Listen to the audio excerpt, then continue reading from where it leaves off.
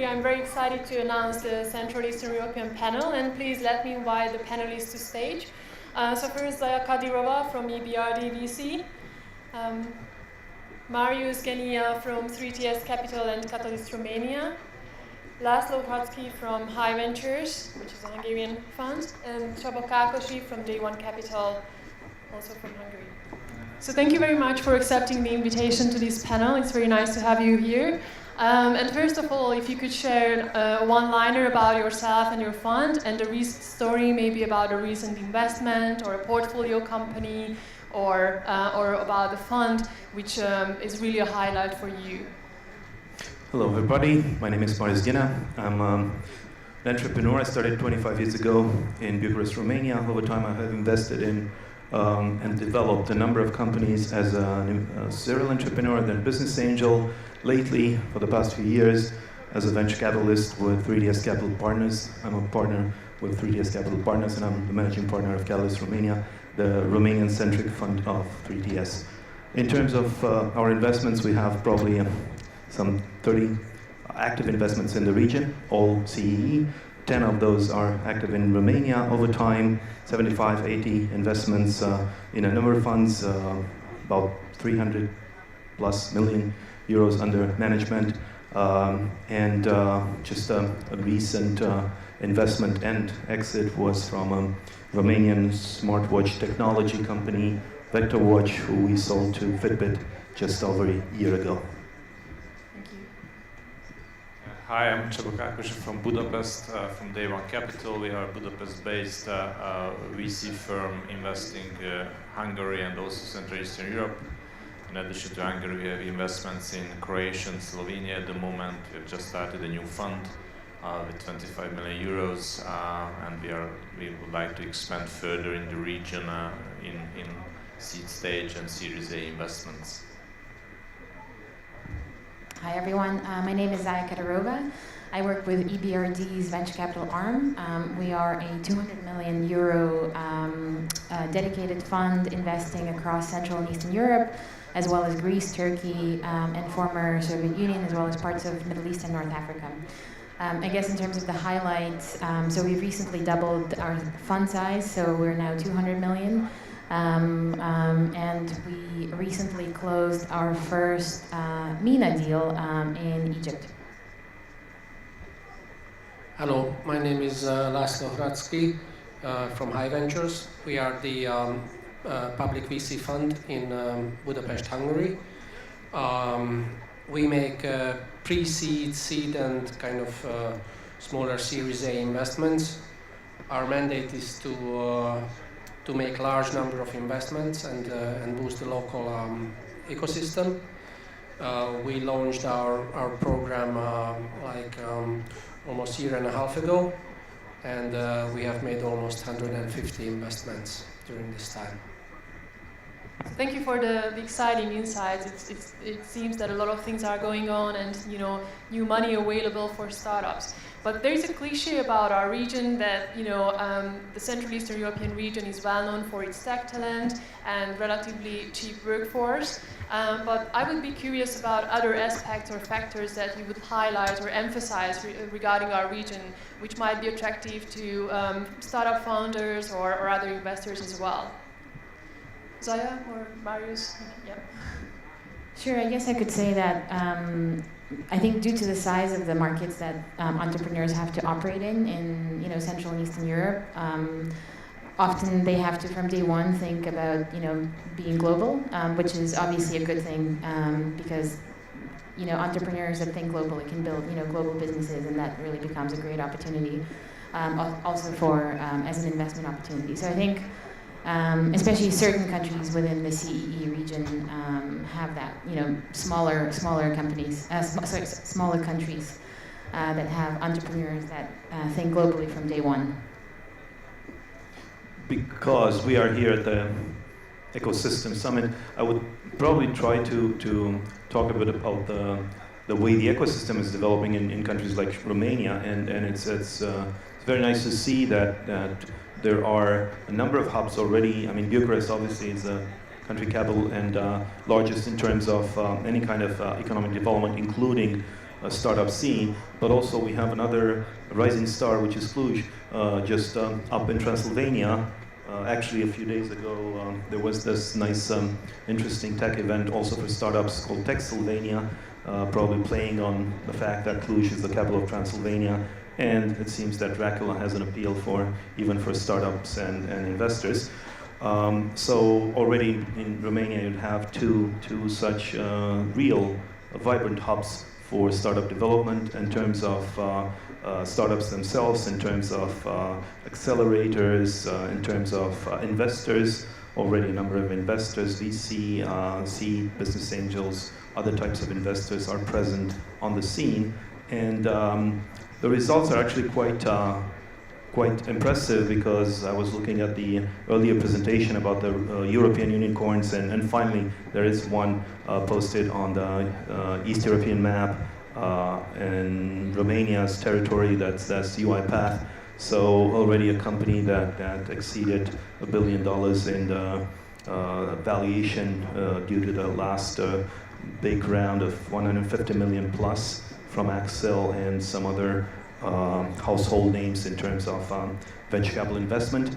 And this is the type of company, like other companies in Romania, that do not necessarily play on the labor cost being lower, but more on the fact that Romania and countries in the region are developing very, very good technologies, and they, most of these startups are indeed thinking global development from the inception of the business. So they're not looking at the local markets because they are relatively small, and they're trying to find international markets. And in the case of this RPA startup from Romania, they succeeded to do so, becoming a unicorn just 5-6 years after the incorporation and the startup of the company. And there are many other examples in Romania at various levels. So yeah, thank you very much. I think it's it's obvious that the region is getting more and more lively. But how do you see the future of the region in 3 to 5 years in terms of which countries would take over, which areas would be more and more interesting, whether it's AI or fintech or cybersecurity? So Csaba, if you could elaborate on that a little bit. Well, I mean, it's difficult to say, but I think for the region is the key is to really have more opportunities right in the region from local investors to help them in the first 2 or 3 rounds of investment, because this should be provided locally basically. And I think as I can see, the availability of tech talent is really strong, and it will remain strong in the coming years as well. So it offers good opportunities. We have seen great stories coming out from Romania, UiPath, which basically became a unicorn. AI Motive in Hungary, which is a autonomous driving software developer company, just raised $40 million last year. So there are good stories on the basis of this talent, and this talent will remain and will be available. So I think it very much will depend on the mindset of the young entrepreneurs, whether they will be able to really use the waves of different trends, and then you use them very well in building companies. László, do you have any thoughts on that? I don't think that there are big differences between these countries in terms of their level of development and the kind of the status of the startup ecosystem. And as I earlier said, any good company can grow up from any of these countries. What I see as like you mentioned before, that besides kind of cheaper labor and good education and good technical knowledge, what else can be offered? I have to say that good ideas, good product and business ideas is another issue, is another thing that can come from any of these countries. What we are probably not very strong is the ability to build international businesses. So if I look at the kind of the major Hungarian success stories, most of them had local product and technical team, but Western top management.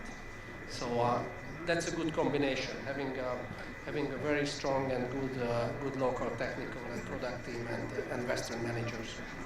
That reminds me that we also contributed to another unicorn in the region with LogMeIn some years ago, and it just proves the story you just told.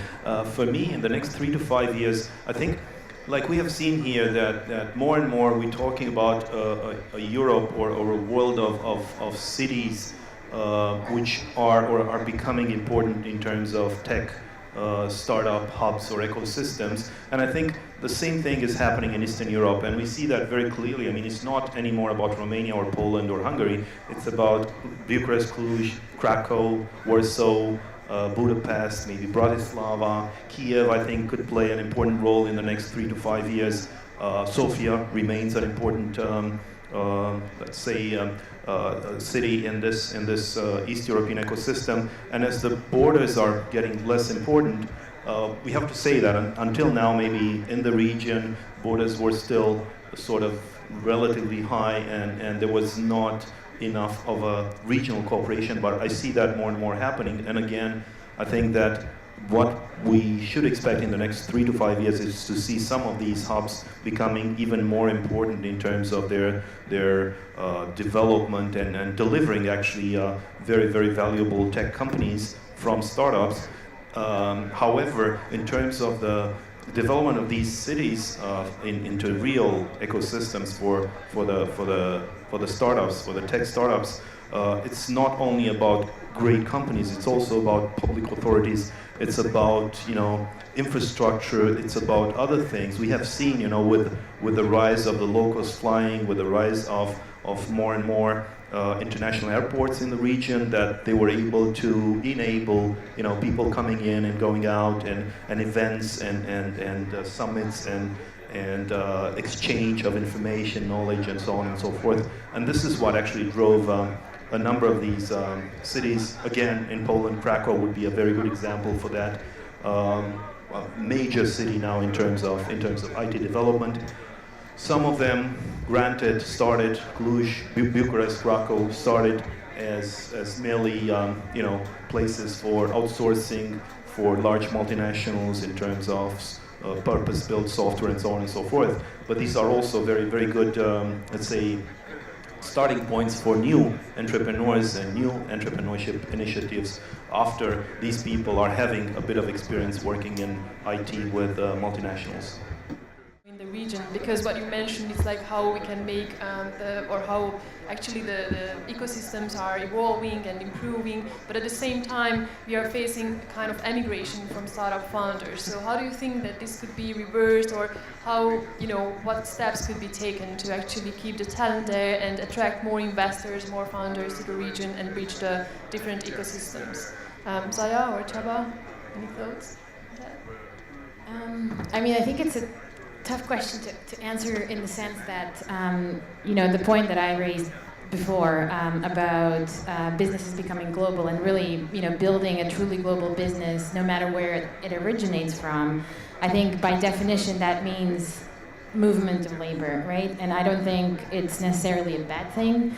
If you have a Belarus team that eventually moves to the US and becomes a great success story, they still, would be hiring and maintaining their presence in terms of their developers in Belarus, for instance, and that creates jobs, and things like that. So, and then, once these sort of successful companies like UiPath out of Romania emerge, then that sort of, in my view, is the biggest catalyst to the development of the ecosystem.